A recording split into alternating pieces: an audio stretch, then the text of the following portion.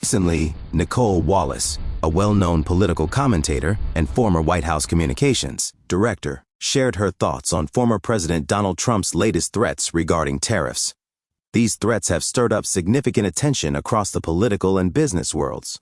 Wallace made it clear that, in her view, there are no deals when it comes to Trump's promises about tariffs. This phrase captures a deep skepticism about whether Trump's words about trade agreements are reliable or simply strategic moves to gain leverage in negotiations.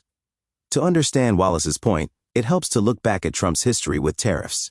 During his presidency, Trump often used tariffs as a tool to try to pressure countries like China, the European Union, and others into making trade deals more favorable to the United States.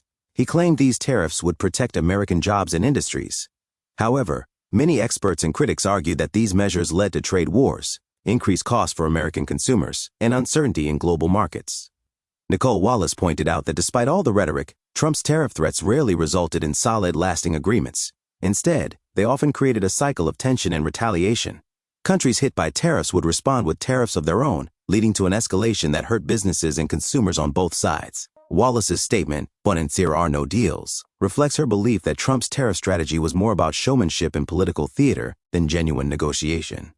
She suggested that the threats were often used to rally his political base or to distract from other issues, rather than to produce concrete trade benefits.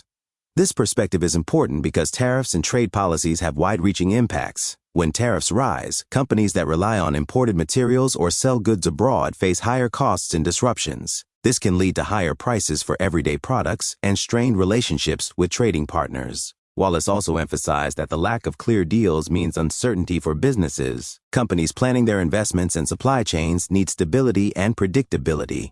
When trade policies shift suddenly with little warning, it creates challenges for decision-making and growth. On the other hand, supporters of tariffs argue that they protect key industries and jobs from unfair foreign competition. They claim that a strong stance forces other countries to negotiate better terms and respect American economic interests. Her phrase, "But there are no deals," is a reminder that rhetoric alone does not create economic progress.